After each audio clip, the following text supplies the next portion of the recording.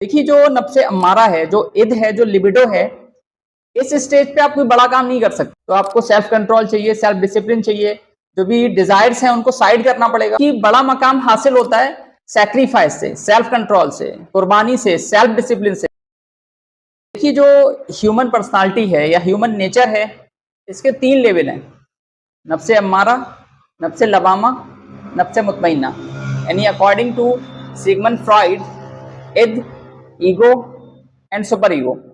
देखिए जो नफ्से अम्मारा है, जो इद है, जो लिबिडो है, इस स्टेज पे आप कोई बड़ा काम नहीं कर सकते, क्योंकि ये जो सेल्फ है ये प्लेजर पे चलता है।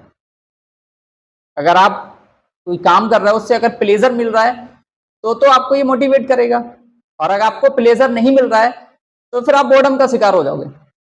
तो फर्स्ट ऑफ ऑल आपने करना क्या होता है, आपने अगर लाइफ में कुछ बड़ा काम करना है तो फिर आपको इस नफ्से अम्मारा से उठ के नफ्से लवामा यानी इद से ईगो की तरफ आना पड़ेगा। क्योंकि भाई अगर आपने कोई बड़ा काम करना है तो आपको सेल्फ कंट्रोल चाहिए, सेल्फ डिसिप्लिन चाहिए, जो भी डिजायर्स हैं उनको साइड करना पड़ेगा। क्योंकि भाई अगर आप सारी सारी रात सोओगे तो मकाम कैसे हासिल होगा। मौला अली फरमाते हैं कि भाई अगर आपको मोती चाहिए तो समुद्र में गोते खाने पड़ेंगे, किनारे पे बैठ के तो मोती मिलने से रहा। अगर आपको कामयाबी चाहिए, आपको कोई मकाम चाहिए, तो सिर्फ आप डिजायर्स पे तो नहीं चल सकते, प्लेजर पे तो नहीं चल सकते, तो प्लेजर से ऊपर उठना पड़ता है। यानी आप जब तक आप इद से, लिबिडो से जंप करके आप नफ्से लवामा, ईगो की तरफ नहीं आओगे ना, आप बड़ा मकाम हासिल नहीं कर सकते। क्योंकि बड़ा मकाम हासिल होता है सैक्रिफाइस से, सेल्फ कंट्रोल से, कुर्बानी से, सेल्फ डिसिप्लिन से, अपनी ख्वाहिशों को साइड करने से। अदरवाइज तो फिर आप जो एनिमल इंस्टिंक्ट्स हैं, जो बेसिक इंस्टिंक्ट्स हैं, जिनको सिगमंड फ्रॉइड ने कहा कि ना कि इंसान के अंदर एक एनिमलिस्टिक फोर्स है, जिसको उसने इद और लिबिडो का है, इस पे ही आप जीते रहोगे, इस पे ही चलते रहोगे। आज देखें जो दुनिया है वो सिर्फ बेसिक नीड्स पे चल रही है। You know they think beyond the libido, beyond the id, beyond the basic needs.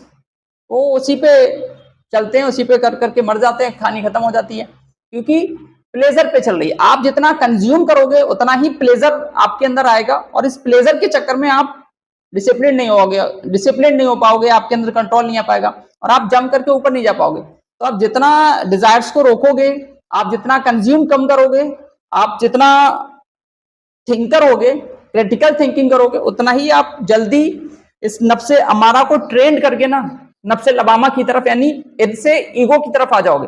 देखिए एक जो नफ्से मुतमइन्ना होता है, सुपर ईगो, वहां आपको नहीं पहुंचना है, आपको पहुंचना है इद से ईगो तक, यानी नफ्से अम्मारा से नफ्से लवामा। क्योंकि जो नफ्से लवामा है ना, ये कंट्रोल वाला होता है।